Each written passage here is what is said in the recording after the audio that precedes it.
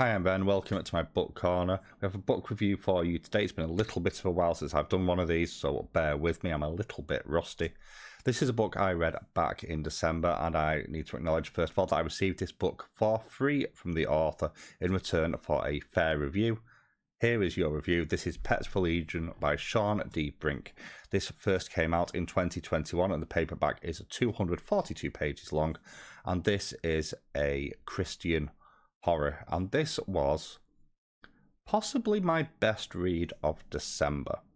So the basic idea of this one is we're set in a small town in the US that was originally colonized by German Puritans.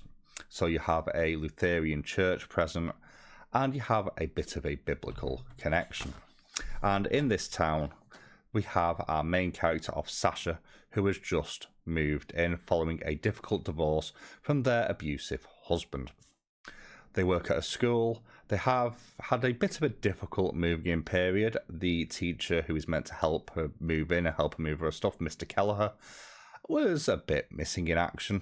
And a bit of a not nice person, to be honest. During their first day in the staff room, a rock flies through the window, smashes through, lands, smacks Mr. Kelleher on the head. And when Sasha goes to look out the window at what's happening, there is a kid being wrestled to the ground by this big burly man, with everyone just stood around watching. No cheering, no whooping, no one helping. Seeing that this kid's in danger, Sasha jumps out, manages to sort of break this apparent spell that's over the group. The guy runs off, police get involved.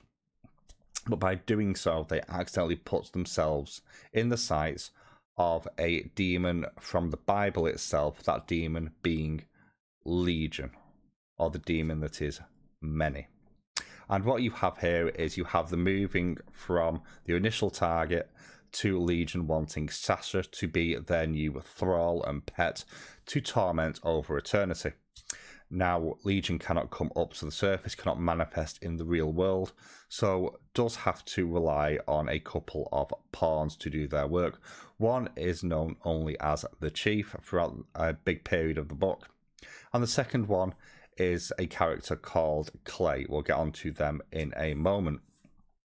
And what you then have is this situation where they try and catch Sasha on multiple occasions, and in a bizarre way, this feels like a Christian horror twist on Catch the Pigeon, where you have these dastardly group trying to catch this one person who just keeps slipping through their fingers, either by luck, goodwill, or just the sheer incompetence of the people chasing her.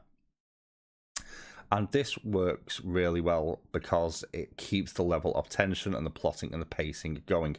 I thought this was reasonable, pretty well paced overall, keeping you moving on to the next step as you had this escape after escape after escape. And initially this looks like absolute nonsense, because why would these things keep happening in this small town and people not realise?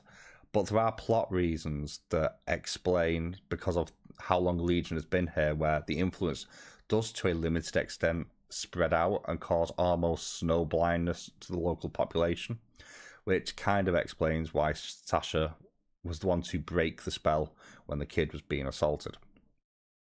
Eventually, you have a situation where Sasha believes that these thugs are being sent by the abusive ex-husband.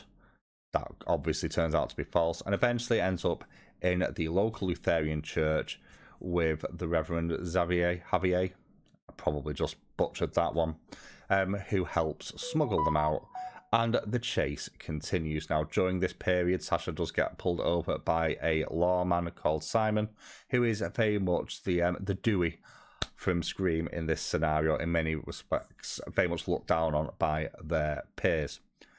But even they realise something feels slightly wrong. And eventually, as the net closes in, you have a really, really smart twist at the end as Legion realises that maybe, just maybe, the Chief isn't as useful as they had been previously, and has actually already scouted out a previous character from the book to act as replacement. And the foreshadowing for that character is really, really well done, I need to add as well. Now, in terms of the world building for this one, it is quite slight overall. This is very much suburban, small town America in many regards. But what I do like is some of the passive world building that's going on here.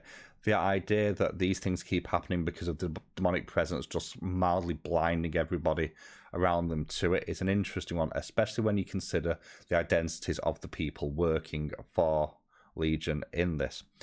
The character of Clay, without spoiling too much, is a fascinating character, maybe my favourite character in this, despite being in many ways the least well defined.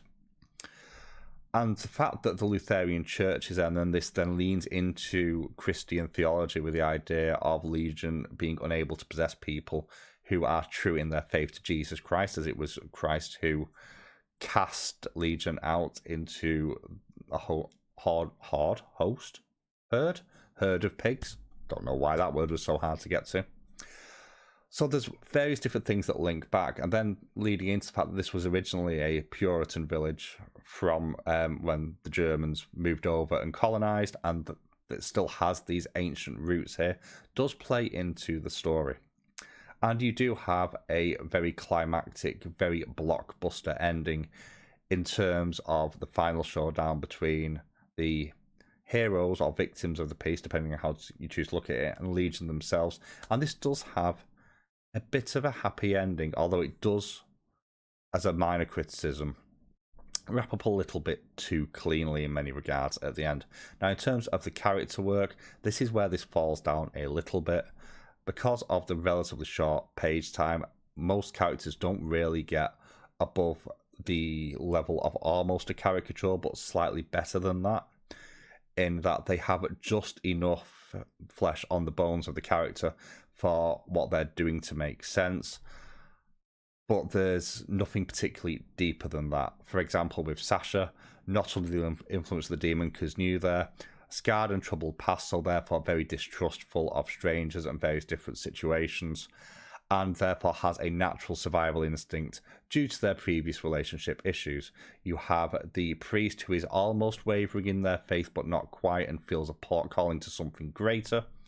You have Simon, the deputy, who is very much the underappreciated lawman who does things by the book and actually does care about the job and is a legitimate, good lawman, who is also a little bit fractious in their faith.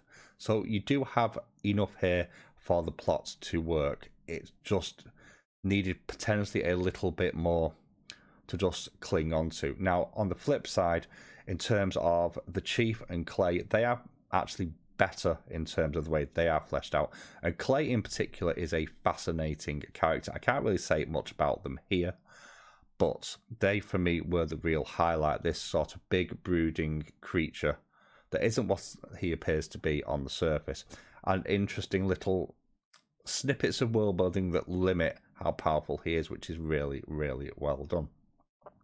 So overall, I gave this a 3.75 stars out of 5. I think this was a lot of fun, possibly my favourite book that I read over the December period. It was a very mixed bag over December, but this was really good. It clipped along at a good pace. It managed the tension really well. It did enough with the characters to keep you engaged, even if I never really believed that the good guys were in truly harm's way. I would have liked more to have been done with Clay in particular, and just a little bit more in terms of character expansion than was in here. But on saying that, this was very much a story rather than a character-driven piece.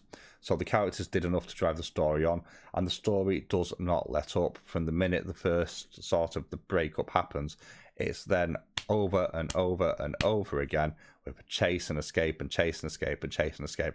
And the best scenes come around the middle of the book, where it slows down a little bit and you have a level of tension and faith and mythological beliefs start to bleed in a little bit as people realize what's going on.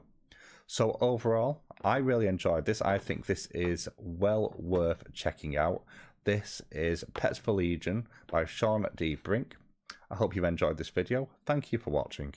I'll catch you all very soon.